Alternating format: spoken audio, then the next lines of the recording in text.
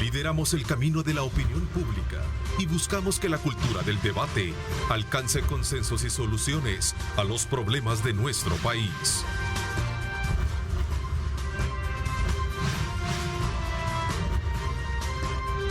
Diálogo con Ernesto López. Gracias por estar con nosotros, qué placer enorme saludarles a ustedes. Nuevamente agradecemos como siempre esa fiel sintonía a nuestro programa. Queremos darle la más cordial bienvenida y como siempre exhortarles a ustedes a cuidarnos y a no bajar la guardia ante la pandemia del COVID-19. Cuidémonos y exijamos precisamente a nuestros entornos también a mantener ese canon de protocolo para evitar desde luego que siga creciendo este número de contagios y por supuesto también el número de muertes. Para nadie es un secreto ya saber cómo se están disparando los casos y en el entorno mismo encontrarse personas fallecidas. Así es que desde ya, por favor, no bajemos la guardia, seamos responsables cada uno para mantener siempre su alcohol vigente, su mascarilla y por supuesto también guardando la distancia. Esta mañana nos acompaña un panel de conocedores de temas de país, con quienes vamos a hacer una valoración sobre diferentes temas vigentes, temas que están en la actualidad, desde luego generando mucha reacción, como esta en la que se propone un nuevo modelo para impulsar el desarrollo municipal desde la perspectiva del gobierno, bajo una reducción del 1.5 a 1.5% de los ingresos corrientes, es decir, lo que representa el FODES para la disponibilidad de las alcaldías, de lo cual fue anunciado precisamente ya por el Ejecutivo. Una situación que sin duda alguna viene a preocupar muchísimo a algunos alcaldes, especialmente porque ahora la dependencia de todo el tema de desarrollo estará centrado en una instancia de la cual se conoce como la Dirección Nacional de Obras Municipales, y que esto de alguna manera pues va a ser ya desarrollado bajo esa lógica de trabajo centralizado en este caso en el gobierno. Esto con el fin desde luego de restringir, uno de los planteamientos que se hacen es restringir la desviación de recursos para cubrir objetivos que no sean la real y efectiva inversión en los proyectos de interés como se ha manejado por parte de los funcionarios. Así es que, de alguna manera, esta reducción será punto de honor hoy en el análisis que vamos a tener. También tenemos Pandora Paper, que es otro tema que queremos someterlo a consideración de nuestros invitados. Vamos a hablar acerca de la inconstitucionalidad del decreto 127 que permitió a empresas evadir 280 millones de dólares y que ahora el gobierno a través del Ministerio de Hacienda tiene facultades para poder ir a auditarlas, entre otros temas importantes esta mañana. Quiero darle la más cordial bienvenida a Isaac Ortega. Gracias por acompañarnos, Isaac, para comentar estos temas. Bienvenido. Ernesto, gracias de verdad nuevamente por la invitación. Un gusto poder compartir también con nuevos rostros, ¿verdad?, que están introduciéndose en estos análisis. Y pues un saludo a toda la población, siempre haciendo el recordatorio, como ya bien tú lo decías, necesariamente tenemos que seguirnos protegiendo de esta pandemia, siempre manteniendo la mascarilla, el alcohol gel y las medidas de distanciamiento que siempre debemos de mantener tanto en nuestro hogar como en los lugares donde visitemos. Así es, quiero saludar a don Alfredo Milián, economista, que siempre está dispuesto, siempre tiene el tiempo y la disponibilidad de acompañarnos en la discusión y análisis de esto. Para mí es el gusto, bienvenido, Ernesto, con una audiencia tan receptiva como la que usted tiene y con, debo decir, el éxito que tiene en el trato de los temas. Yo creo que usted es uno de los líderes en este sentido. Así es que muy agradecido, como siempre, y estamos disponibles. Muchísimas gracias, le agradezco por sus palabras, don Alfredo. También quiero saludar desde luego vía Zoom a Naida Medrano, experta en políticas públicas. Muchísimas gracias, Naida, por estar con nosotros a esta hora de la mañana. Bienvenida. Buenos días, gracias Ernesto, buenos días también a Alfredo y a Isaac y a las amigas y amigos que nos sintonizan. Esperemos que esta sea una introducción a temas importantes que hay que ir tratando. El presupuesto nos cruza a todas y todos, no solo a nivel anual, sino que dentro de una perspectiva de construcción de país. Gracias. Así es, en efecto, y creo que bien tú lo escuchaste al inicio de la presentación del programa. Este día quiero un poco poner en el contexto del análisis y la opinión de ustedes este recorte de fondos para las 262 alcaldías, el cierre del Instituto Salvadoreño de Desarrollo Municipal, ISDEM, y la creación de una institución que es precisamente la que vendría de alguna manera a sustituir toda esa visión estratégica que deben de tener los gobiernos locales para poder rendir desde luego todas las necesidades que requieren los municipios. En este sentido, pues, el día de ayer se envió a la Asamblea Legislativa un proyecto para la modificación de estas leyes municipales que van a recortar en un 85% los fondos que el gobierno transfería a través del FODES hacia las alcaldías. ¿Cuál es el impacto que esto tiene de manera muy concreta? Y en el análisis abro la discusión para que cada uno de ustedes pueda desarrollarlo en un término de 1 minuto y medio, 2 máximo, y que podamos desarrollar una buena y coloquial conversación esta mañana en la que puedan interrumpirse pero sin atropellarse. A ver, comienzo contigo, Naida, y luego el resto tienen la palabra. Pueden interrumpirse también. Gracias Ernesto. Mira, hay una arista en el tema de políticas públicas que tiene que ver precisamente con la política como estructura. La política como estructura tiene que ver precisamente con esa construcción o consolidación de instrumentos jurídicos o de instituciones que puedan fortalecer el espíritu democrático sobre el cual se ha venido trabajando. Frente a lo que estamos es precisamente a la deconstrucción de una arista de estructura, por una parte ya de alguna forma cimentada en el país, es decir, el dejar afuera el ISDEM, de hecho, el quitar la figura, el presentar una nueva figura que pueda generar un mecanismo de políticas públicas vinculadas al desarrollo municipal o al desarrollo territorial, si se quiere, pero estas estructuras como tal requieren también paralelamente un ejercicio de lectura que permita una ubicación contextual que ubique presupuestos suficientes, sostenidos y con una mecánica que a su vez permita un ejercicio de autonomía a las municipalidades. El punto es cuando hay una reciprocidad en cuanto al ejercicio de, por supuesto, gobierno central y donde hay intereses vinculados políticos partidarios, que es lo que normalmente hemos visto en estos estira-encoge de la misma estructura, que es la que debe de estar fortalecida y no termina de fortalecerse, frente a la utilización de presupuestos en comunas que tienen X, Y o Z bandera sobre la cual se rigen, ¿no?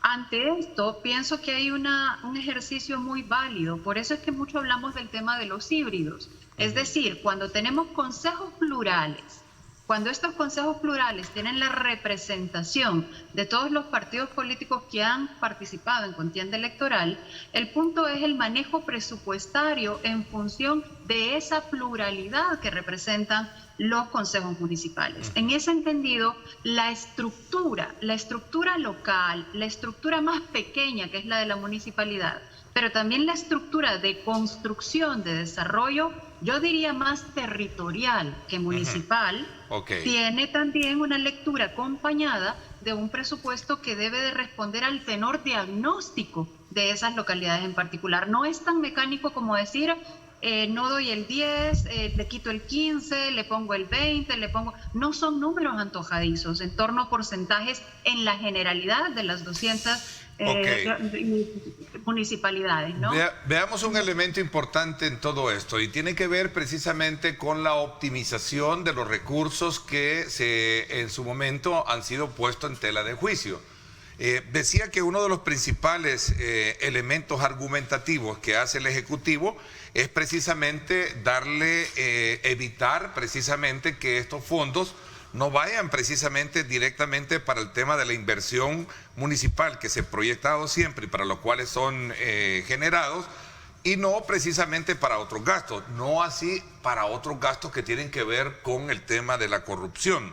Por eso bien, yo lo decía en su momento, que lo que busca es restringir la desviación de recursos para cubrir otros objetivos y no caer también en la malversación de fondos de los cuales hemos conocido. Ese es uno de los principales argumentos. Sin embargo, si nosotros nos vamos un poco en retrospectiva, tras la lucha y la constante que han hecho los gobiernos municipales cuando se han aprobado los incrementos del FODES a través del presupuesto, lo que han dicho, esta es una de las principales, llamémosle como especie de, decía alguien, y tengo acá el dato, este ha sido uno de los grandes logros, ¿verdad?, para el país y para las municipalidades. ¿verdad?, el hecho de alcanzar estos incrementos. Este es parte de la disyuntiva que tenemos en todo esto. A ver, don Alfredo o Isaac. Bueno, yo creo ¿eh? que esto depende mucho de cómo tú lo veas, Okay. de la forma de la vieja forma de hacer política. Ya ya lo mencionabas, normalmente el FODES ha sido utilizado históricamente y es un secreto a voces, ¿verdad?, que se usa más que todo para la época de campaña, donde muchos partidos políticos usaban estos fondos para poder ir a hacer actividades de territorio y no así proyectos estratégicos de la municipalidad. Incluso hay alcaldías que reciben FODES que perfectamente podrían hacer una recaudación un poco más grande por ellos mismos, ¿verdad? El caso de municipios que cuentan con gran inversión, que cuentan con centros comerciales, que cuentan con lugares de oficinas, donde los ingresos de las familias incluso son mayores. Y hay otros municipios que sí posiblemente necesitaban un poco más, pero también tiene que ir un poco relacionado con esto de los proyectos estratégicos que este gobierno está tratando de hacer. Recordad que tenemos en este gobierno una dirección de proyectos estratégicos que lo que se pretende es unificar todo lo que se quiere hacer como país, utilizando las necesidades de las municipalidades y poder tener un plan de país a largo plazo. Yo honestamente creo que este proyecto o este intento de lo que se va a hacer con el DOM, que es la Dirección de Obras Municipales, es bastante interesante y deberíamos de salir de lo que ya conocemos para ver qué es lo que va a pasar con esto y darle una oportunidad a ver si realmente se va a concretar una inversión más estratégica, más focalizada. Y recordar que también cuando tenés el FODES, muchas de las alcaldías no solamente lo ocupaban para actividades de territorio durante la campaña, sino que también lo ocupaban para pagar favores, para poder tener relaciones con otros empresarios, adjudicar proyectos a familiares, a amigos, que todo eso se ha dado, pues, ¿verdad? Y que lo hemos conocido y que lamentablemente se utilizó este FODES de esta manera y acostumbró a las municipalidades a tener estos ingresos que casi todos lo utilizaban para salarios, ¿verdad? de sus planillas. Y realmente la inversión que se hacía en las municipalidades, en carreteras, en calles, en zonas verdes, eso prácticamente era por un periodo bien corto de tiempo. Pero ¿qué tan inmediata va a ser la respuesta a la demanda de la población frente a las necesidades teniendo ya no a la mano el dinero, sino dependiendo de una instancia como esa? Mira, yo creo que las municipalidades van a tener que hacer ese esfuerzo, ¿verdad?, de llegar a la población de una manera más inmediata. Acordate que también las municipalidades tienen la obligación de tener cooperación internacional, ¿verdad?, poder tener esas relaciones, de poder tener proyectos estratégicos incluso con la recaudación que ellos hacen. Como te digo, hay obras que se tienen que hacer que son necesarias, que tienen que ser inmediatas, como recarpeteo, como limpieza, la recolección de basura, que eso es algo que ya debe de estar en el presupuesto de ellos anual, pues, ¿verdad? Por lo menos hay muchas municipalidades que hacen sus préstamos para poder subsistir y que ya va incluido en eso. Ok, en resumen, don Alfredo, lo que mencionaba hace unos minutos es que en el pasado fue un logro el incremento y ahora lo consideran como un gran retroceso. Tocar el FODES es tocar al pueblo, al final son las comunidades menos favorecidas las que sentirán en carne propia el recorte ahora anunciado, decía el alcalde de San José Villanueva, Pedro Durán, a la cual dijo también: este es el día negro para las municipalidades, el desarrollo local y la inversión social. ¿Cuál es su valoración? Gracias. Yo coincido mucho con los dos participantes que me han antecedido. Creo que el tema de FODES, por el manejo político que tuvo, yo creo que perdió mucha vigencia, mucha credibilidad, porque realmente fueron fondos que fueron utilizados desde el punto de vista político de una manera que creo que todo el país estaba muy consciente de esa situación. Ahora bien, no creo que deberíamos de entrar en una situación tan tajante. ¿Por qué? Porque realmente que fuera de pocas municipalidades, como son las ciudades principales, San Miguel, Santana, San Salvador, Santa Tecla, la mayor parte de las municipalidades no tienen recursos.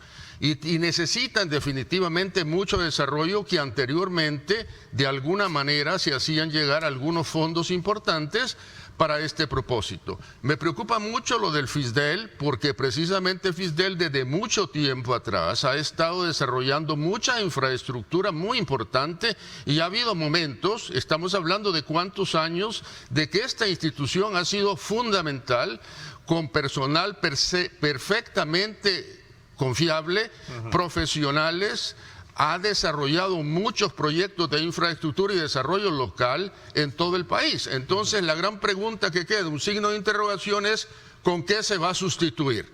No solamente en términos de fondos, sino que en recursos humanos, porque precisamente ese es el cuestionamiento. Yo puedo entender de que el Ejecutivo en este caso está tomando una decisión muy tajante, pero realmente tiene que ser muy creativo, muy constructivo para poder tener un convencimiento de credibilidad, que es lo que el país necesita desde el punto de vista del desarrollo local.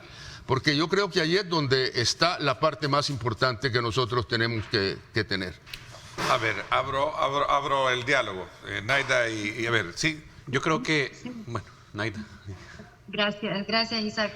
Mira, pienso que se han tocado otros elementos que son muy importantes en el debate.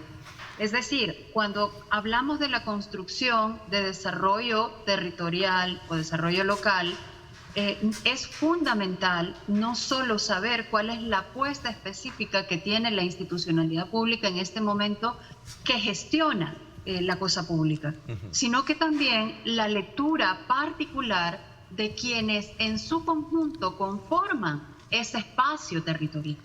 Y ahí es donde definitivamente hace falta un ejercicio de diálogo que permita el reconocimiento de la localidad. Por una parte, estamos hablando de cerrar válvulas para el ejercicio de la corrupción tan necesarias e indispensables, obviamente, ¿no? Exactamente, pero si una cosa ha tenido el FISDL es precisamente contar con un ejercicio colectivo que le permite auditar la obra pública. Y eso es fundamental. Hay otros instrumentos que incluso generan la construcción de, digamos, agrupaciones ciudadanas de contraloría, de seguimiento a estas obras. Sin embargo, solo con la transformación de una estructura institucional y solo con la no erogación directa a las municipalidades de X o Y porcentaje, no se combate estructuralmente el tema de la impunidad. Es muy probable que el ejercicio de impunidad pueda ser subsumido por quien administra centralmente, y eso es más delicado. O sea, cerrar las válvulas al tema de impunidad, por supuesto, y de corrupción, tiene que ver con toda una lectura cultural, políticamente hablando, y con todo un ejercicio de poderes que tiene sobre la base estas relaciones que se llaman en materia de ciencia política, por ejemplo, de puertas giratorias. ¿Quiénes son ahora los que han sido empresarios que entran a una lógica de institucionalidad pública? En este caso, podrían haber nuevos empresarios en la conformación de esta nueva estructura institucional que terminen beneficiando los intereses de nuevas élites empresariales vinculadas, por ejemplo, con el tema inmobiliario, con el tema de construcción de infraestructura en general, entre otras. Hay que ponerle mucha atención a eso, porque no es votando totalmente el anterior y generando uno nuevo que yo resuelvo los vicios, es que debo atender los vicios como tal, ¿no? A ver, el resto que piensa es un elemento bien importante. Yo creo que eso de la Contraloría siempre va a ser fundamental en todos los gobiernos, ¿verdad? Poder tener esa revisión y ese control de cómo se está administrando la cosa pública y de cómo se está administrando los fondos y los procesos y las adjudicaciones que se hacen, tanto para las municipalidades como las licitaciones que pueda hacer el gobierno. Pero sí creo yo importante también el hecho de que debe de haber un punto de inflexión en una nueva forma de hacer las cosas. Yo creo que una característica que se ha tenido desde que inició el gobierno de Nayib Bukele es el hecho de querer dejar atrás lo pasado, las cosas malas que han afectado a nuestro país y empezar a tener una nueva visión. Y es lo que se trata de comunicar a la gente, de que hay una nueva forma de hacer las cosas y de que lo que se quiere es buscar el desarrollo, ver hacia adelante y no quedarnos atados a la forma de hacer las cosas como se hacían antes. Yo creo que sí, eso es parte de de estos cambios que están haciendo, yo creo que es importante recalcar, ¿verdad?, que la intención que se tiene de lo que es comunicarle a la población de que hoy las cosas públicas, la administración se va a volver más eficiente, que hoy sí le va a llegar al pueblo, que ya no va a ser administrado por élites o por grupos de poder, sino que va a ser enfocado y orientado a que las necesidades de la gente puedan ser satisfechas. Sí, es decir, que las cosas... Sí, Laila, perdón. Gracias. Solo quería poner un ejemplo entre paréntesis. Por eso insisto, es decir, no se trata que votando todo lo anterior no dejen de existir los vicios con el tema de corrupción, que digamos que es como el principal argumento alrededor de ello. Voy a citar varios ejemplos que tienen que llegar al proceso de judicialización, pero que ya suenan en investigaciones periodísticas. Y yo creo que hay que ponerles atención en función de saber hacia dónde va esta construcción de nuevos actores, entre otras, como para saber que no se está haciendo lo mismo de siempre, solo que con otros actores, y generando un espacio de un señalamiento concreto y directo hacia los 30 años anteriores, que sobrados ejemplos tenemos también. Pero creo que hay que poner atención a diferentes ejemplos que tenemos sobre la mesa. Uno de ellos tiene que ver, por ejemplo, con la pandemia y el tema de las caretas. Otro tiene que ver con los insumos como botas y como otros insumos médicos en donde se vio involucrado alguien vinculado con la familia del ministro de Salud. Hemos visto lo de igual, independientemente de la ideología de cada quien, hay elementos que señalan actos de corrupción a una lista en particular. Que la lista tiene intereses políticos, por supuesto que los tiene, pero eso no quita el ejercicio posible de actos de corrupción de personas señaladas que deben de llevarse a un ejercicio de investigación mucho más profunda y que se rompa la duda. Es decir, ya tenemos varios ejercicios similares que deberían de colocarnos sobre la mesa si realmente hay una diferencia o no, o simplemente se está votando lo anterior para, con nuevos y antiguos vicios, generar una nueva construcción. El ADN del desarrollo municipal pasa obviamente por el tema de fondos, pero en cuanto al ejercicio mismo que se tenía de administración, capacitación, se lo formulaba el ISDEN. Uno de los principales servicios que prestaba era asistencia técnica, capacitación, carrera administrativa municipal, hacían varios seminarios, tenían centros de formación municipal, facilitaban, creo que, orientación para el manejo de créditos y también otras especies, en el caso del manejo del FODES. Digo esto porque es la instancia que estaba cerca, de alguna manera, funcionando o no, pero que estaba de cerca, dándoles la debida formación y capacitación a todos ellos. Sí. Yo creo que claramente hay ciertos parámetros que no se pueden perder de vista. Uno de ellos es precisamente la transparencia. En este caso, nosotros estamos claros de que uno de los problemas grandes del desarrollo nacional tiene que ver con la corrupción. Y esto tiene que claramente definirse y demostrar al pueblo desde el punto de vista de todas las municipalidades que están cumpliendo precisamente ese concepto. El otro es el tema del desarrollo propiamente dicho, o sea, esa parte es importante y esa requiere fondos. Y los fondos son fundamentales y claro, no solamente los fondos como fondos, sino que tiene que haber una auditoría tipo Corte de Cuentas. Claro, la Corte de Cuentas solamente funciona para el Estado, pero en este caso hay las contralorías correspondientes que tienen que responder. Y el otro punto importante es la capacitación.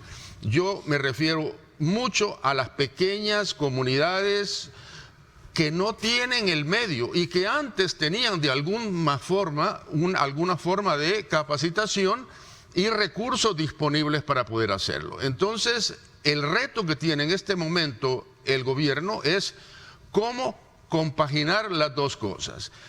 Desde el punto de vista de cómo se van a dispensar estos fondos de una manera responsable. Y yo creo que esa es la parte más importante para poder, pues, transar. Hay una parte que me quedaba un poco en el espacio que parece ser de que el Estado está moviendo los fondos que están en la banca privada a la banca estatal. No sé si eso va a tener algún tipo de efecto en el tema pues de las municipalidades, pero sí hay una concentración de fondos estatales que han estado en la banca comercial, que han sido trasladados o que están trasladando al Banco Hipotecario y al Banco de Fomento Agropecuario. Es posible que esos fondos de alguna manera pues van a tener que jugar un papel sobre esta participación. Ok, pues, ayer por cierto tocaba eso con el ministro de Hacienda y me decía, mira Ernesto, cuando tú tienes una cuenta a plazo fijo en un banco, termina el periodo, tú tienes la opción de sacarlos o continuar con ellos. Es algo tan normal, me decía, la respuesta que yo en su momento le hacía, sobre todo por esta información que se ha conocido de que hay un retiro de fondos públicos de la banca privada y que esto de alguna manera también ya algunos economistas están viendo que estaría incrementando la tasa de intereses de crédito, sobre todo porque estaría, no sé si es el tema descapitalizando algunos bancos, no sé si es el término correcto, pero de alguna manera estaría quitando una buena partida de fondos que son los que ocupan los bancos para moverlos en tema de préstamos y créditos, ¿verdad? ¿Es así? Sí, sí. No me equivoco. Sí, entiendo que esa es la mecánica. Sí, ¿verdad? Pero el usuario tiene la total potestad de mover sus fondos como más le convenga. Ahora, ¿cómo impactaría eso sí lo eso en la sabemos. alcaldía? Me está diciendo. Sí. ¿Cómo afectaría eso realmente a muchos de los fondos que tienen que ser depositados, digamos, por las alcaldías? Si estos fondos tienen que estar en bancos privados, pueden estar en bancos comerciales o pueden estar en bancos oficiales. Ahora, bajemos un poquito del nivel de discusión que tenemos para llegar a la práctica, a la practicidad de todo esto. ¿Qué va a hacer un alcalde al no tener todos esos recursos? Va a tener que depender precisamente de esta nueva instancia, ¿verdad? ¿Cuánto tiempo va a tener que esperar para que se pueda concretizar un proyecto de necesidades locales? Esas son las grandes preguntas. La otra es precisamente la que tiene que ver con la demanda de la ciudadanía en un tiempo electoral, donde venga y pase el escrutinio y decir, bueno, hasta la fecha no ha hecho nada. ¿A quién va a culpar? ¿Al alcalde o a esta instancia que está, digamos, más allá del alcance de lo que puede ser la alcaldía? Así de manera muy práctica, ¿no? Sí, pero en algunas cosas las alcaldías tienen una ventaja sobre el gobierno. Sí. Porque las juntas directivas de las municipalidades, como usted sabe, es partidaria. O sea, los consejos municipales. Los consejos municipales tienen una mayor capacidad de negociación y de trance en tipo de la negociación sobre qué son los proyectos que se van a desarrollar, lo cual esa es una ventaja muy clara para las municipalidades de cómo pueden manejar la negociación también de fondos. Ok. Por eso yo decía, no me corresponde a mí sentar una postura, simplemente recojo y extraigo del escenario estos dos elementos. ¿Es esto una cosa para bien o es un retroceso en términos de ser efectivo a la hora de darle respuesta a la población? Ese es el punto medular de todo esto, ¿no? Sí, igual, sí. Ahí es donde... Aterricemos un poquito en el análisis porque quiero ser práctico para entender mejor la opinión de ustedes. Sí, dime. Claro, mira, por ejemplo, infraestructura vinculada con el tema de agua va muy de la mano con legislación vinculada a esa temática. Es decir, cuando hablas del ejercicio de concentración de presupuesto, tiene que haber todo un acompañamiento de decisiones formales que te permitan materializar. Entonces, pongamos un hipotético, en una comunidad en donde no ha existido el acceso a agua potable como tal, de la instancia institucional, en este caso que no ha llegado ANDA allá donde vivimos, ¿a quién va a acudir en función de saber cuándo se va a generar esa exigencia que tiene hace muchísimos años atrás interpuesta por las diferentes municipalidades existentes? Entonces, a pesar de existir una gran interrogante sobre cómo va a ser el ejercicio centralizado de desarrollo territorial en un país tan pequeño, pero que tiene también sus propias dinámicas locales, que no necesariamente todas generan un mecanismo de corrupción como tal, obviamente las demandas ciudadanas son importantes. Entonces, ¿a través de quién se van a concentrar estas demandas ciudadanas? ¿Cómo se van a dar prioridad cómo se va a generar el proceso de otorgación de presupuesto y cómo se va a jugar alrededor de toda la construcción de la decisión pública, que no es solo un ABC de decir, ok, se cayó un puente en Morazán, vamos a hacer un puente con la infraestructura que tengamos. No es esa lógica de improvisación en torno a la obra pública, es un proceso de planificación territorial, que es lo que no logramos, y las inmediateces de las coyunturas electorales nos botan esa visión de construcción de mediano y largo plazo de desarrollo. En una época de invierno se me desbordó la calle del cantón o caserío y necesito inmediatamente resolverles ese problema. Eso es un ejemplo que alguien me dice acá por cómo se va a resolver, si a lo mejor se necesita de un recurso fuerte. ¿En qué consiste el 1.5 millones del presupuesto del FODES? Estamos hablando si... Bueno, ya vamos a hacer números, me está pidiendo una pausa comercial. Pero a ver, no sé, solo el ejemplo que ponía Isaac, de esa construcción inmediata, de esa respuesta inmediata. Eso tiene que ver mucho con la relación que tenga con el gobierno central. Creo yo que es importante, por eso yo decía y hacía énfasis en los proyectos estratégicos, ¿verdad? De realmente tener esa comunicación, esa facilidad de poder llamar, ¿verdad?, a obras públicas y decir, miren, necesitamos por favor la activación o la asistencia en este tema. Aparte de primero evaluar si lo que la municipalidad lo puede hacer primero, ¿verdad?, con los fondos propios. Pero realmente creo yo que... tiene que ver más que todo con el hecho de tenerlo estratégicamente funcionando y de poder optimizar los recursos de cada municipalidad, que tenga que recortar sus gastos, que poder hacer diferentes inversiones que los obligue a volverse creativos en la forma de cómo están administrando las municipalidades. Ok, voy a permitirme hacer una pausa comercial. Cuando regresemos, desde luego vamos a continuar con este y los otros temas que hemos colocado sobre la mesa. Nos vamos a tráfico gracias a Texaco con Tecron y luego regresamos con más. Alcanza lo que creías imposible. No le pongas límites a tu motor. Ponle Tecron. Texaco con Tecron. Libera tu potencial. Bueno, vámonos entonces a conocer, gracias a Texaco con Tecron, cómo está a esta hora de la mañana el tráfico por las principales arterias de la ciudad capital. Nos vamos a la rotonda que corresponde al Salvador del Mundo. Ahí vemos a ustedes esta preciosa imagen que nos pone en perspectiva cómo están las principales arterias que conectan San Salvador como capital.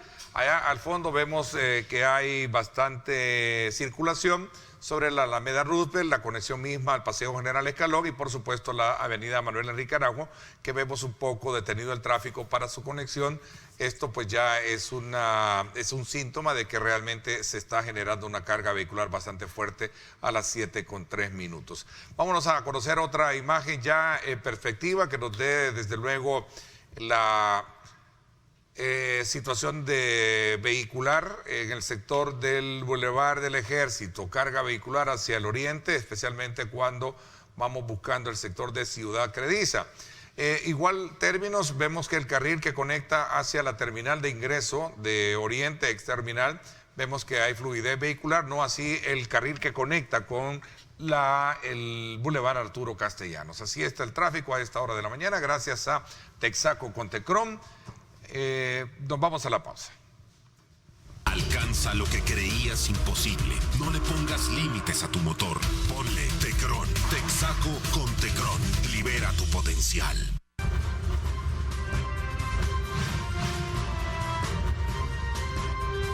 Diálogo con Ernesto López.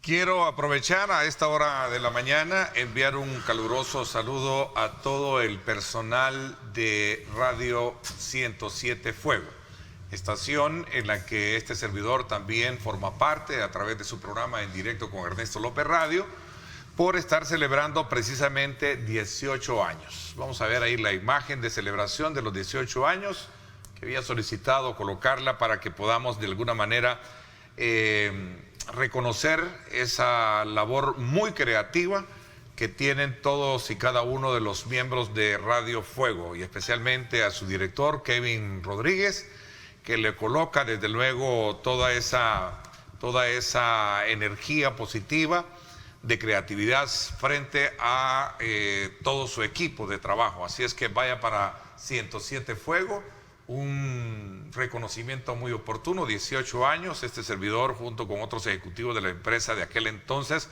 trabajamos muchísimo en el diseño de cómo podía haber logrado tener lo que hoy en día tenemos, una radio de mucho éxito, una radio que habla precisamente con la población y que tiene desde luego en el mercado de audiencia una gran aceptación. Así es que vaya para todos el equipo de 107 Fuego, nuestro más sincera muestra de felicitación. A ver, continuamos con don Alfredo Milián, economista, también Isaac Ortega y también Naida Medrano haciendo un análisis ya casi de cierre de lo que puntualmente yo decía y tú decías, es un ejemplo bien importante que yo colocaba sobre la base de que cuán inmediato va a ser la respuesta para que la gente pueda tener de su alcalde la solución, el problema que busca. Así, para irnos cerrando. Te comentaba fuera de cámara que es interesante porque obliga a los alcaldes a planificar de mejor manera. Si tú ya sabes que en tu municipalidad o en tu municipio tú tenés un sector que todos los años tiene este problema, tú has llegado ahora como nuevo alcalde o como alcalde que se religió, tenés que saber y tenés que prever eso desde el momento en que tú empezás la gestión. No puedes estar pensando o diciendo que te agarró desprevenido cuando tú eres el alcalde o eres el encargado de prever esas situaciones. Ahora, bien, creo que a largo plazo, como tú bien decías, la ciudadanía va a seguir exigiendo proyectos, va a seguir pidiendo colaboraciones y obliga a los alcaldes a evaluar nuevamente la planilla, a evaluar los gastos que está teniendo dentro de ellos, el personal, fondos, ¿verdad?, que se están dirigiendo para becas, todo esto lo van a tener que reorientar para poder ser más eficientes y optimizar sus gastos. Bueno, yo para ir cerrando un poco, sí, don Alfredo. Recaudación fiscal. Las alcaldías no pueden estar esperanzadas estrictamente en el dinero que el Estado les va a proveer. Todas las alcaldías tienen su capacidad y tienen a su población precisamente la recaudación fiscal, los impuestos municipales. Es algo que es sumamente importante y que ellos tienen que poner todo el esfuerzo con la capacidad del recurso humano que tienen, porque definitivamente si no lo pones de esa manera y si las alcaldías no tienen su capacidad de planificación y de ejecución propia, tampoco pueden estar esperanzados en que otro se lo va a hacer. Yo por eso me refería al FISDEL, porque era muy importante la función que esta institución ha tenido a través de los años como un aporte al desarrollo local, que es definitivamente algo fundamental y que tenemos que ver cómo el Estado va a sustituir ese tipo de participación. Yo creo que ahí es donde se radica. Naida. Algo muy chiquito, por eso es importante saber quiénes somos y a dónde vamos. No es posible que este país se debata entre que cada municipalidad tiene que saber qué es, cómo resuelve, con quién resuelve, etcétera, sin un diálogo abierto y completo de la estructura de desarrollo de país. Por eso es que no puede estar divorciado y por eso es importante saber cuál es el enfoque de desarrollo y cuál es el enfoque de crecimiento que está buscando El Salvador. Si no lo sabemos y dejamos solas a las municipalidades en un ejercicio en donde muchas de ellas ni siquiera tienen un diagnóstico certero, y cuando viene un temporal y se te cae no un puente, se te caen 5, 6, y además de ello necesita focalizar presupuestariamente, no porque no lo hayan previsto los alcaldes que estén en ese momento ejerciendo función, sino que porque son problemas profundamente estructurales y a ellos les sumas un mal manejo o una utilización de fondos desde una perspectiva de compadrazgo, es que no salimos de lo mismo. Por eso es importante planificar desde lo pequeño hasta lo macro y tener muy conscientemente claro el rumbo o la ruta que se tiene, y eso debe ser en transparencia también mostrado a la población salvadoreña para saber si es el rumbo correcto o no. La política pública es iterativa, es decir, que debe de irse mejorando en la medida en que se tiene que ajustar. Los seres humanos somos eso, seres humanos, no somos dioses, y ahí es donde tenemos que ir bajo la decisión que se adopta, ir revisando e ir evaluando para mejorar la decisión, pero para eso necesitamos planificarnos en pequeño, en mediano y en grande. Ok. Se trata de una nueva ley de FODES que lo deja en una reducción al mínimo. piden la disolución, obviamente, del Instituto Salvadoreño de Desarrollo Municipal, la centralización de las obras en esta nueva instancia y una nueva ley para obras municipales, que son los elementos claves que están dentro de esta discusión. La parte jurídica, si es legal o no, es otro tema que sin duda alguna dará para conversarlo con abogados, pero lo cierto es que detrás de todo esto viene un nuevo escenario de responsabilidades que habría que ver a la larga cuál va a ser realmente el resultado que va a tener. Porque yo lo decía, si ustedes se recuerdan antes de irnos a la pausa, al final viene un periodo electoral y en los periodos electorales viene el escrutinio, ¿no? Viene la radiografía, creo, si no me equivoco, de la población para decir, sí, este me cumplió, este no me puede cumplir. ¿Qué impacto puede llegar a tener en esto? Vamos a ver, para cerrar un poco el ciclo de esta discusión y entrar a Panama Paper. A ver, Naida. Sí, precisamente es ahí donde vamos a ver el tenor político de todo esto. Es decir, si ya están próximos a una asamblea, a una elección, perdón, vamos a enterarnos si realmente el destino de las obras va a ir dedicado con énfasis o con prioridad a aquellas municipalidades que ya han sido cooptadas o ganadas o trabajadas en el ejercicio democrático por el oficialismo como una entidad centralizadora de fondos, o si realmente nos movemos a un ejercicio vinculado con las prioridades del desarrollo territorial en El Salvador con sus problemas estructurales, ¿no? Ok, y hay otro elemento importante para complementar. Yo decía del tema de cómo sienten ya recientes no tener esos fondos. Hay alcaldes que ya renunciaron, el de Metapán, por ejemplo, no sé si es el de Metapán, no, el de Apaneca creo que fue el que renunció, ¿verdad? El alcalde precisamente porque no tenía dinero y se dio el espacio para el regidor. Creo que hay otros alcaldes que también están muy preocupados por no tener los fondos para darle respuesta, porque el tener fondos en la alcaldía significa tener dinero hasta de un ataúd, que llega la gente a pedir un ataúd, hasta un trofeo para un equipo, para un torneo de fútbol, ¿verdad? No digamos para una obra como tal.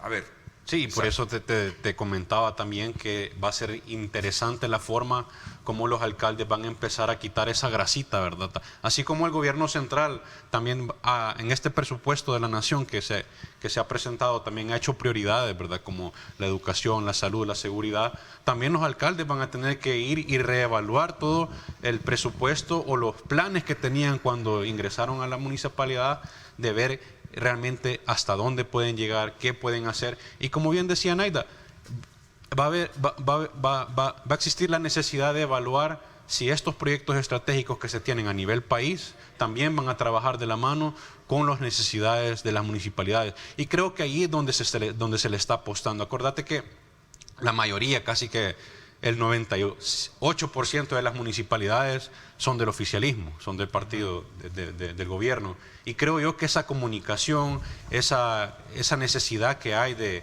crear estos proyectos estratégicos, de poder darle ese desarrollo, esas propuestas al país, también tienen que ver con las necesidades que se puedan ir saliendo de parte de las municipalidades.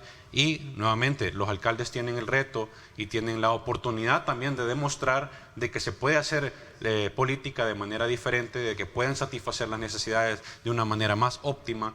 Y como tú decías, que trofeos, que camisas, esas son las necesidades con las que llega la gente, y la mayoría. Y lastimosamente eso es lo que se ha acostumbrado por muchos años, pero que no es realmente una inversión social. Uno le llaman clientelismo político, correcto, el de estar haciendo ese tipo, pero eso es discutible. Y eso hay que evaluarlo, ¿verdad? Si realmente ese es el papel de la municipalidad o realmente el papel debe de ser más enfocado a proyectos sociales que de verdad tengan impacto. Ok, don Alfredo, ya para el cierre de este tema. Desde el punto de vista ideológico, yo creo que tenemos que comprender una cosa. Las municipalidades son parte del país. En este caso, la visión de país, el éxito municipal en cualquier departamento de El Salvador es parte del éxito que tiene el gobierno de turno en cualquier momento. Yo creo que es responsabilidad precisamente de todos el de llegar a ese tipo de conceptos. O sea, nos interesa el desarrollo de todas las municipalidades, precisamente desde el punto de vista electoral. Porque ¿qué es lo que se perfila? Es que usted gana usted gana precisamente la influencia política en el departamento y todo lo que eso representa en beneficio del país. No es algo completamente separado que tenemos que solo porque puede pertenecer a otro partido político eso deja de ser parte del país. Yo creo que ese es un concepto muy claro que tenemos que tener. Es solo para el cierre, así y tajante en la respuesta, la espero de ustedes. ¿Ha sido una decisión certera o no? ¿Perdón? ¿Ha sido una decisión certera o no? ¿Este cambio? Es drástica. ¿Ah? Pienso que es drástica. Ok, drástica, ¿sí? Yo creo que ha sido una decisión planificada porque tiene que haber una intención de una respuesta. Okay. Sí, yo creo que es drástica, es impactante, pero creo que es una buena opción para empezar a hacer las cosas diferentes. Bueno, ese es el análisis concluyente al que quería llegar con este tema. Gracias a Paul Steiner también, que siempre nos escribe. Vamos a ver qué dice Paul. Dice, la situación en la que se encuentran las municipalidades por los abusos del pasado, no solo del FODES, sino de sus propios presupuestos, significa una reconstrucción del sistema económico de las municipalidades. La mayoría ni siquiera tienen un modelo de operación sostenible. Deben reconocer que su sostenibilidad depende del éxito del ecosistema económico local que manejan, y eso requiere estrategias verdaderas de desarrollo económico local. Interesante el punto que plantea Paul, nuestro buen amigo, que siempre nos da insumos en el análisis muy en particular, y sobre todo también muy ecuánime para someterlo a consideración de las discusiones como que este día hemos tenido en esta etapa de programa. Pandora Paper, ¿qué significa esto para el país? Vámonos a la pausa y regresamos. 7:19. Regresamos.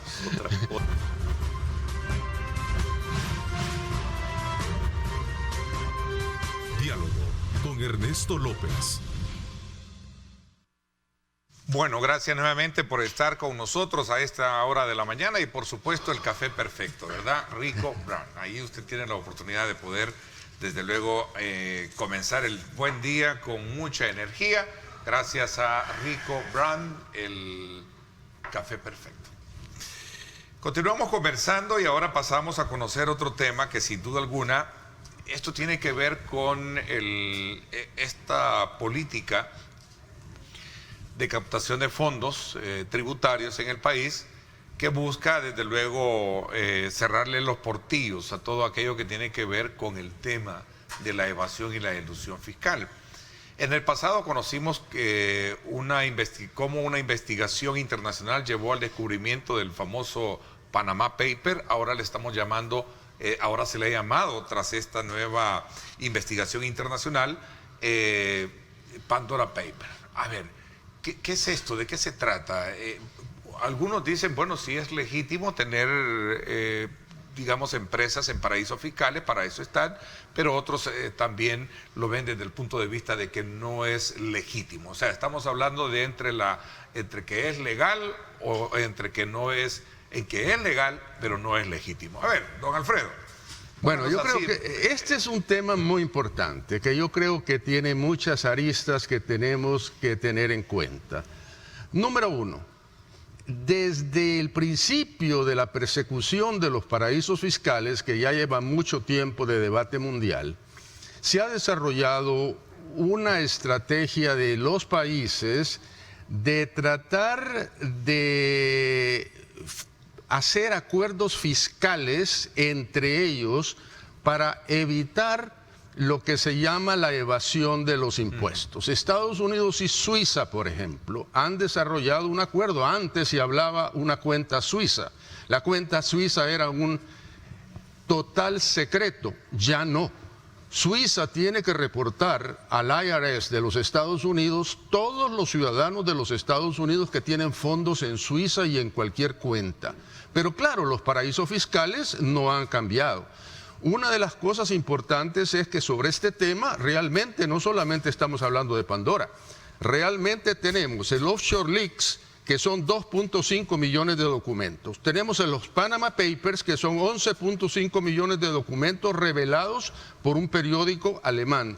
El Paradise Papers, que esos tienen que ver con el Caribe, en donde son 13 millones, y luego Pandora Papers. Estamos hablando de una secuencia de muchas investigaciones, y en este caso estamos hablando de un consorcio internacional de periodistas investigativos. Se dice mucho de que realmente estas manifestaciones que se han dado es producto de investigaciones que empresas como la CIA, por ejemplo, han hecho los descubrimientos, y de lo que ellos pretenden, en el caso de Estados Unidos, es eliminar completamente las evasiones fiscales.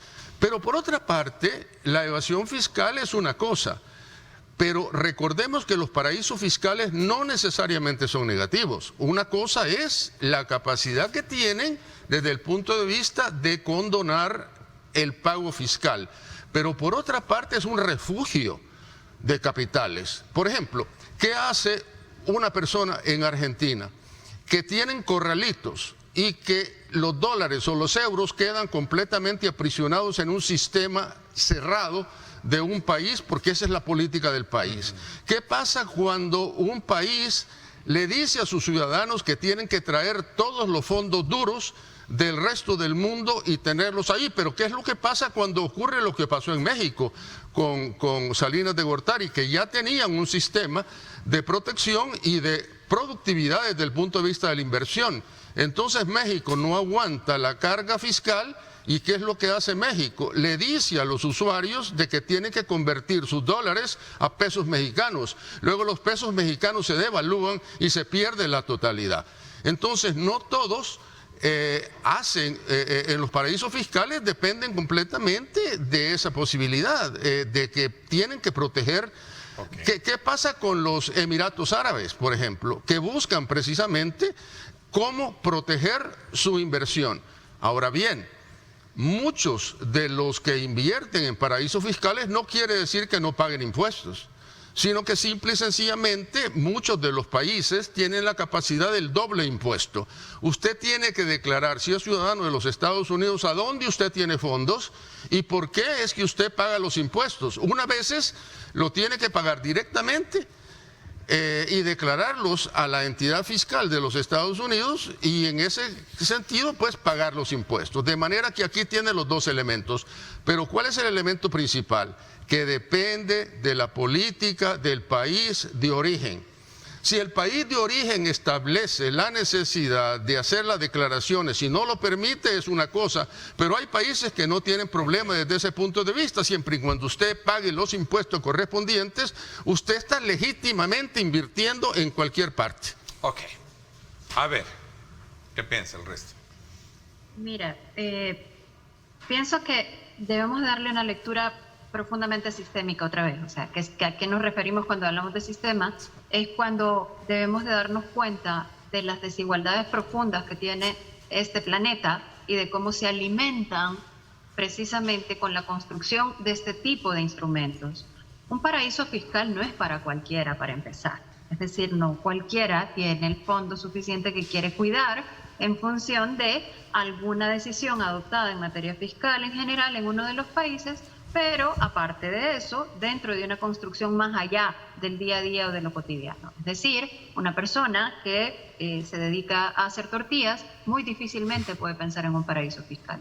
Lo que sí es profundamente, digamos, muy fuerte, estoy tratando de buscar la palabra, pero lo que sí es ofensivo, lo que sí es profundamente ofensivo, es que sea precisamente gente que está vinculada con resolver los problemas estructurales de países como por ejemplo los latinoamericanos, que en donde tenemos profundas desigualdades, en uno de los que es el continente más desigual en el mundo, que realmente resguarden precisamente su dinero, su capital, con 15 empresas o más, porque tenemos el caso de un expresidente en donde tiene aproximadamente participación en 15 o 16 empresas con esta construcción de offshore, cuando el país se está debatiendo en esta profunda desigualdad. Es decir, si tú llegas a función pública, pues está muy bien que quieras cuidar tus ahorros, pero no a costa de sacrificarte en función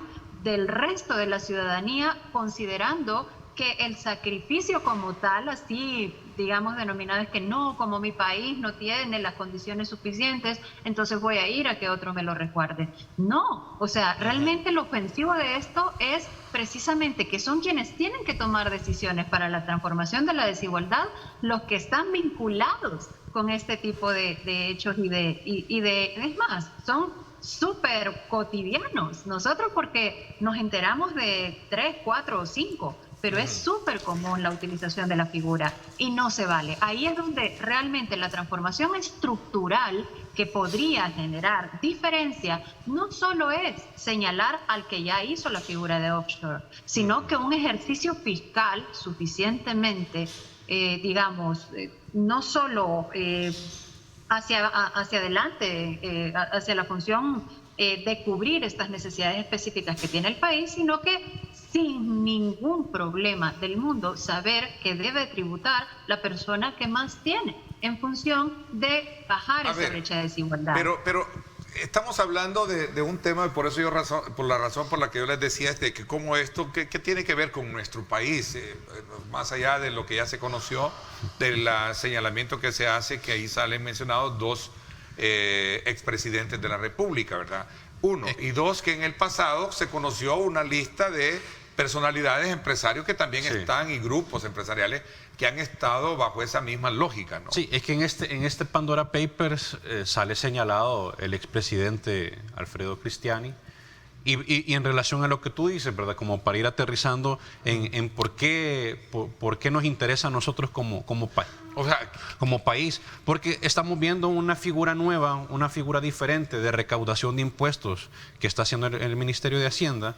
Y estamos viendo cómo ellos están tratando de recuperar todos estos capitales que se han perdido, ¿verdad? O que se han ocultado, que es presuntamente por lo que se le está señalando al expresidente, por haber presuntamente ocultado, ¿verdad?, activos o propiedades fuera del país, que es lo que entiendo que está comentando Naida, que es el hecho de que personas que deberían de estar o que tuvieron una oportunidad de hacer un impacto en el país, prefirieron enfocar esa posición que tuvieron de poder en la creación o enlazar su poder para poder crear empresas fuera del país para ocultar estos activos.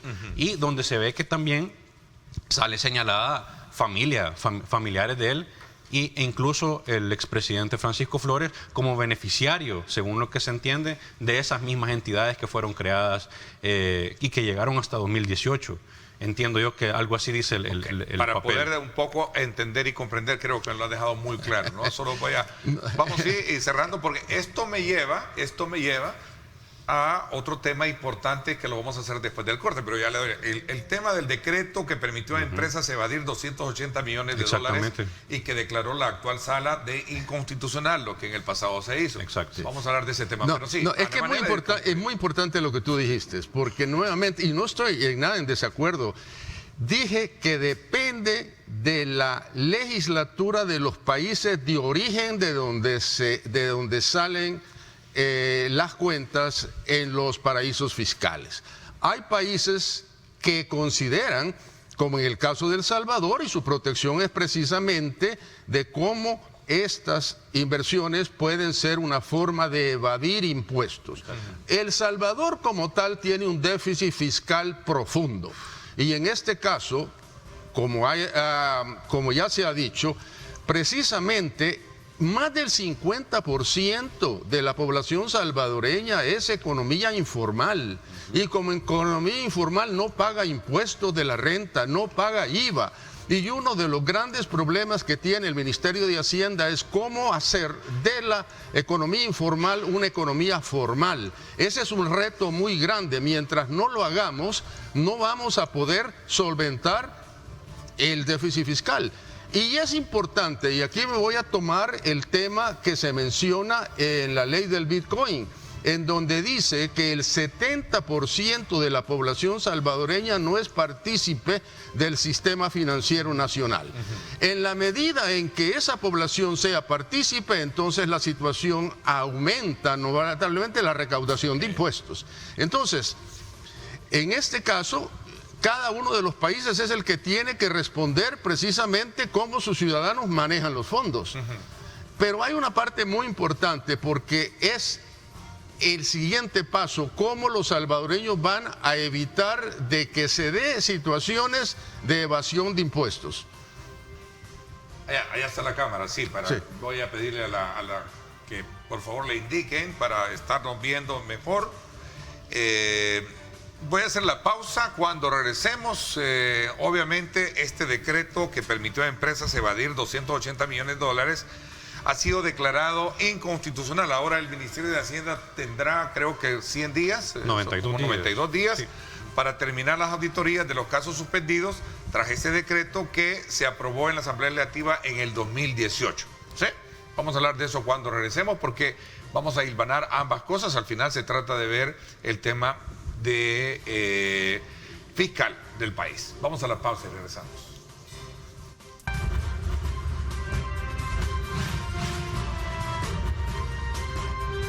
Diálogo con Ernesto López. Bueno, gracias nuevamente por estar con nosotros. La Sala de lo Constitucional declaró inconstitucional un decreto número 127 que aprobó la Asamblea Legislativa en el año 2018. Este decreto tenía como fundamento prohibirle al Ministerio de Hacienda auditar a empresas que en su momento tenían saldos pendientes y que fueron considerados como evasión fiscal con una cifra de alrededor de 280 millones de dólares. Hoy, tras esta declaratoria, ¿verdad?, para el Ministerio de Hacienda es darle el aval para que en 90 días pueda terminar las auditorías de estos casos que fueron suspendidos precisamente por este decreto, en la cual, según versa, varias empresas evadieron el total de este monto. Don Alfredo, vamos de nuevo, don Alfredo. Bueno, nuevamente, yo creo que hay dos elementos importantes. La responsabilidad del fisco, en este caso del Ministerio de Hacienda, de recaudar impuestos. Yo creo que eso no es cuestionable y es parte importante de su función. La otra cosa es que se trata de algunas empresas.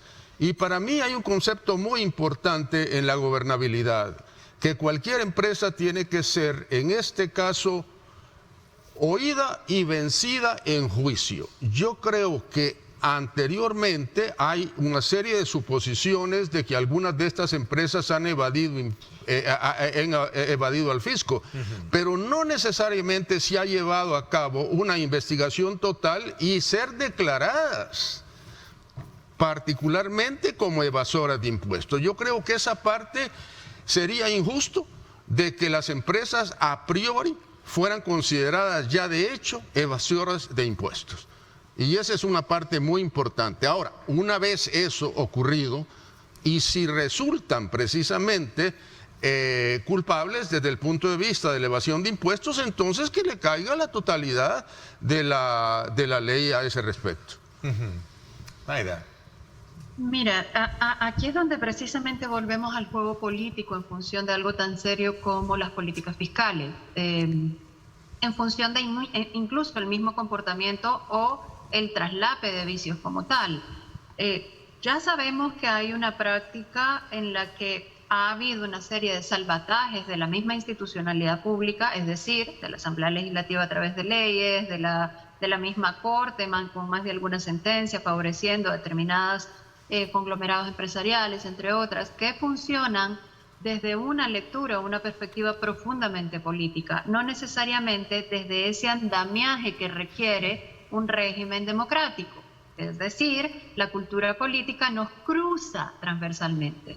Si bien es cierto, este es un buen elemento en relación con hay que generar todos los mecanismos de revisión para saber si estas personas, bajo qué criterios, terminaron evadiendo o eludiendo el tema fiscal, incluido un ejercicio legal, digamos, legítimo en función del cumplimiento de la función de legislar de la Asamblea Legislativa, pero poco adecuado en relación con las necesidades propias de este país.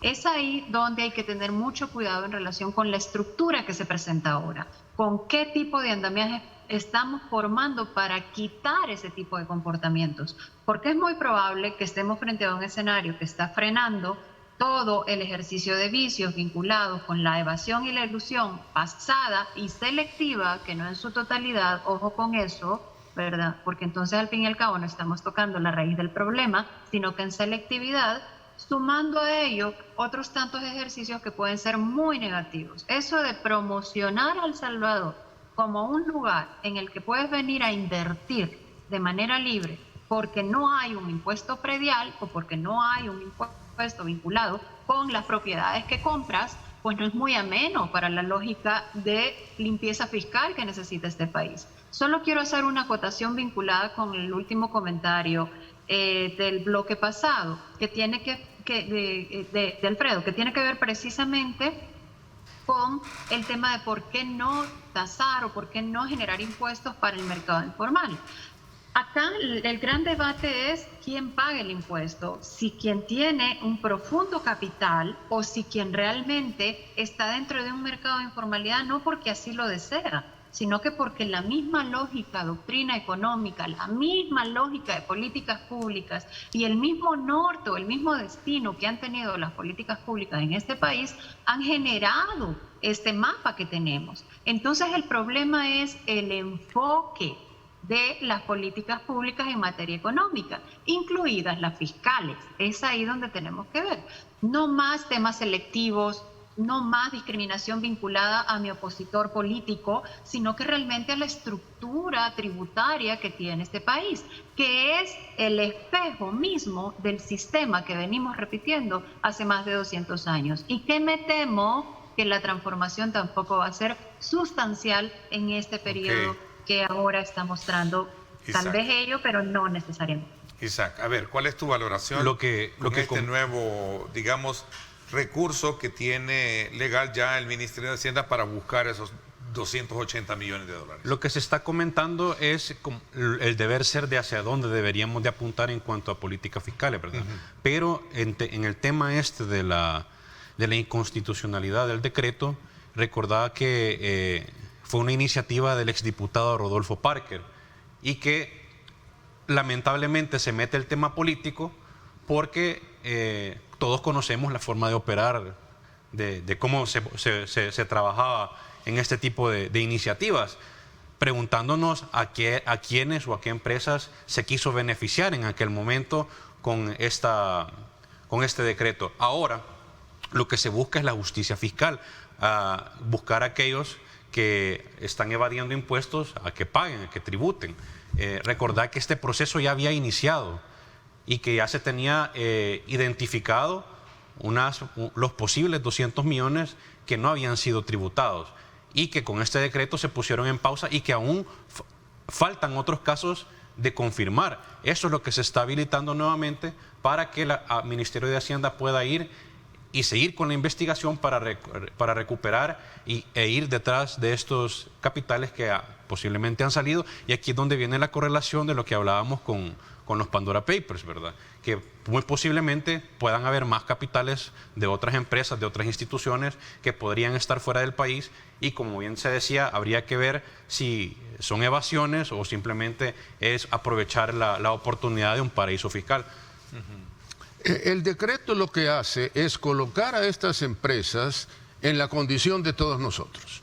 Es decir, es el Ministerio de Hacienda el que tiene que hacer la investigación junto con, en este caso, la Fiscalía, para determinar si realmente las empresas estas que fueron incluidos en ese decreto son evasoras o no. Lo que estoy diciendo es que no podemos adelantarnos y solo porque no se terminaron los juicios correspondientes cuando se les exoneró de ese proceso, pues solo por eso vamos a considerar que todas estas empresas que fueron incluidas en el decreto, de hecho ya son evasoras de impuestos. Se tiene que determinar, según el proceso de ley de El Salvador, de que sí son. Una vez son, entonces ya tienen que justificar la parte tributaria. Es así de sencillo, porque es o todos en la cama o todos en el suelo. Naida. Sí, o sea, precisamente por ello es que insisto en el tema de que no puede ser selectivo o no puede ser vinculado solo con la temática políticamente digamos, adecuada o conveniente, sino que ahí es a lo que me refiero, el tema de la política como estructura. Es muy difícil que El Salvador avance en el combate de la corrupción, como ya hemos dicho anteriormente, si no transforma este tipo de estructuras, no solo en el tema fiscal. Uno de los problemas más fuertes que tenemos con el tema de la corrupción es precisamente, y la impunidad, porque van juntas, van de la mano, tiene que ver precisamente con la justicia tributaria. Es decir, en este país, ¿quiénes pagan impuestos? ¿Quiénes son la mayoría de los que pagan impuestos? Y los que no pagan impuestos, ¿qué salvataje han tenido en relación de su propio funcionamiento para no hacerlo? Es ahí donde es cierto, tienen que ser oídos y vencidos en el juicio respectivo, pero tampoco de manera selectiva. Es decir, habría que ver las condiciones por las cuales también este decreto salió, que por supuesto a todas luces tiene una representación de intereses en particular, sí, pero aparte de hacer un mecanismo de investigación vinculado con ese hecho formal específico, lo que hay que revisar es el andamiaje completo de la estructura de tributación, de las decisiones de tributación que tiene la institucionalidad pública y el país, o sea, El Salvador.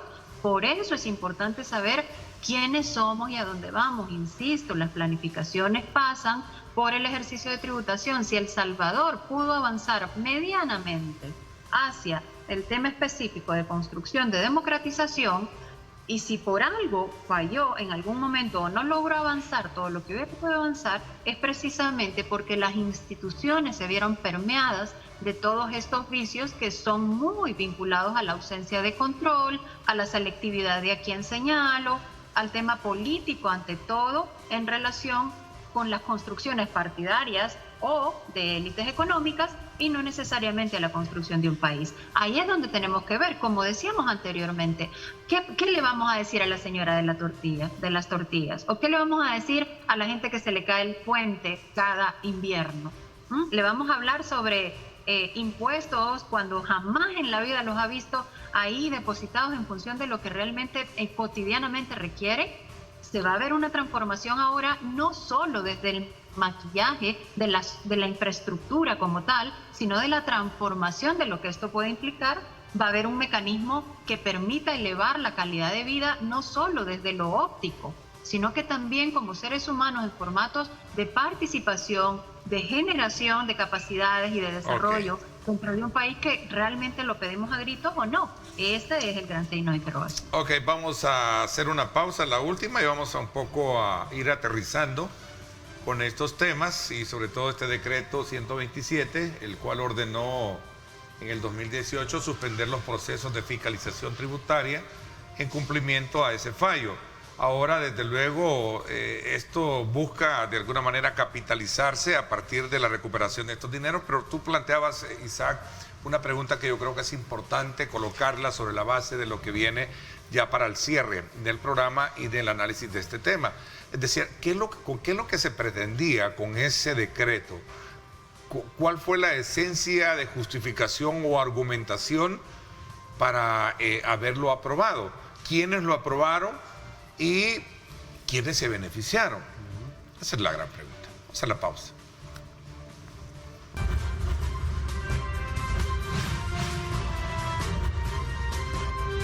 Diálogo con Ernesto López. Gracias nuevamente por estar con nosotros a esta hora de la mañana. Gracias a Café Rico, el café perfecto, ¿verdad? Aquí estamos bien despiertos esta mañana.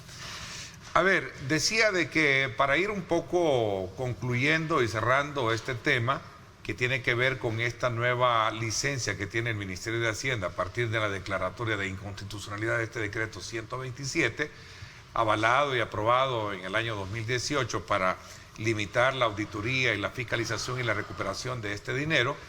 ¿Cuál fue el propósito? ¿Quiénes lo aprobaron? ¿Por qué razón? ¿Y quiénes en su momento eran los beneficiados? Esta es la gran pregunta. A ver, Isaac, te doy la palabra ya a manera de ir cerrando coloquialmente ya esta conversación.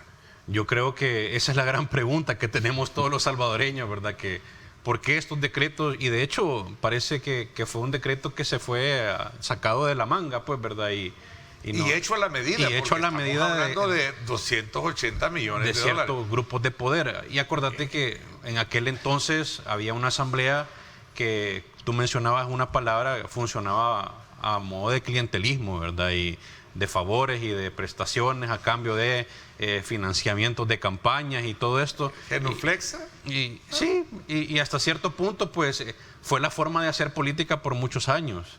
Y lamentablemente aquí están los resultados de esto, ¿verdad? Donde se permite a organizaciones, a empresas, a empresarios tener estas facilidades, entre comillas, ¿verdad? Y que al final son dineros que no llegan al Estado y que por consecuencia no llegan a satisfacer las necesidades de la gente en proyectos o presupuestos que es donde pueden ser incluidos. Y creo que ese es el reto ahora de lo que se está haciendo de parte del Ministerio de Hacienda, perseguir este dinero, captar estos fondos, dar las oportunidades, porque no hay que verlo solamente como una persecución política, ¿verdad? Como podrían pensar algunos, sino que es una estrategia bien global, amplia, de poder recolectar ese dinero que no fue tributado, pero también podemos decir de que es una forma de facilitarle también a otros empresarios pequeños, medianos, donde ahora ya se les está ofertando la posibilidad de pagar por cuotas, pues, ¿verdad? Si en algún momento han tenido algún atraso, para que no lo veamos como que solamente es algo meramente político, sino que es una estrategia del Ministerio de Hacienda de poder recaudar fondos. Claro, por supuesto. Era una práctica viciosa que se hacía en esos momentos, y lo determina que el señor Parker, el diputado Parker, fue el que introdujo este tema con un propósito en particular de protección de lo que él podía haber considerado de que estas empresas le pueden haber representado a él algún beneficio. Correcto. Y si ese es el tema, bueno, pues yo creo que esta es la lección más importante para el resto del sector empresarial, de que realmente todos los salvadoreños tenemos que ser justos desde el punto de vista de nuestra responsabilidad en la tributación. Y que no estamos afirmando, estamos suponiendo, ¿verdad? Claro, que es una forma... eso es bien importante dejarlo hoy. Sí. Claro que este es un análisis más allá de la puntualidad o responsabilidad que puede tener más de lo que se conoce a nivel informativo. Pero desde el punto de vista, yo creo que a todos los empresarios le va a quedar perfectamente claro cuál es ese nivel de responsabilidad que todos tenemos. Por eso yo decía, yo excluía concretamente las empresas y lo que era el acto de evasión y una protección injusta que no tenía por qué darse en el proceso salvadoreño, y que ahora todos estamos en igualdad de condiciones ante la responsabilidad fiscal que nosotros tenemos. Yo creo que esa es la lección y esa es la parte que tenemos que responder. Interesante. 10 segundos, porque se nos fue el tiempo. Mira, algo pequeño, porque al fin y al cabo es que creo que tenemos muchas esperanzas en torno a cómo va a ser este combate a la corrupción, a la persecución de fondos que no han sido necesariamente presentados ante la institucionalidad pública, ante el Estado, por medio de impuestos, etcétera. Y creo que hay que estar muy claros de la lógica y funcionamiento del capital. La lógica del funcionamiento del capital va a llegar hasta donde se lo permitan. Entonces, esto tampoco es que sea un escarmiento profundo en torno a la estructura tributaria que tenemos, porque no lo es. Es selectivo y hay que decirlo tal cual. Así como nos estamos ahorita concentrando en un caso en particular, en donde un exdiputado, que además tiene un montón de señalamientos durante el conflicto armado, después del conflicto armado, que ha representado intereses claros, concretos y directos, estando en esa bancada legislativa, y que han sido evidentes con cada una de las leyes que se han ido aprobando, lo vamos a ir viendo en las futuras decisiones que se tomen. Solo dejo en la mesa una en particular, y tiene que ver con el tema de Bitcoin. Es decir, invitar a inversionistas sobre una lógica de paraíso fiscal en donde no pagas impuestos no es nuevo, no es nada nuevo. Entonces eso no modifica mucho. Cuidado con eso. Ok, lo dejo sobre la mesa. De hecho, era parte de uno de los temas que teníamos, pero me voy a comprometer para los próximos días volverlos a traer en el pool, y hablamos precisamente sobre este nuevo, digamos, esta nueva variable que ahora desde luego se está diciendo. Bueno, aquellos que criticaron que el Bitcoin estaba abajo, ahora está arriba, ¿verdad?, en su valor, y pues desde luego ahí están, digamos, lo que se viene diciendo, ¿verdad? La fluctuación Archivo Wallet precisamente del valor del Bitcoin. Y lo vamos a ver desde ese punto de vista que tú lo planteas, ¿no? Ahora Bitcoin supera los $50,000. Claro.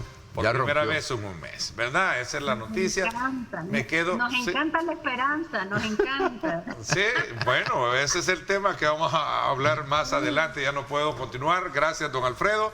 Gracias a ti, Isaac, y gracias también a Naida. Me comprometo a traerlos en los próximos días de nuevo como pool para hablar de este tema. Gracias, pásenla bien y como siempre recuerden lo más importante, amar a Dios sobre todas las cosas.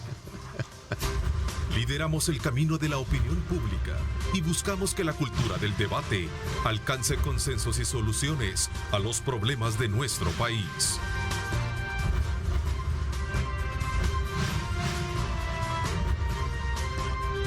Diálogo con Ernesto López.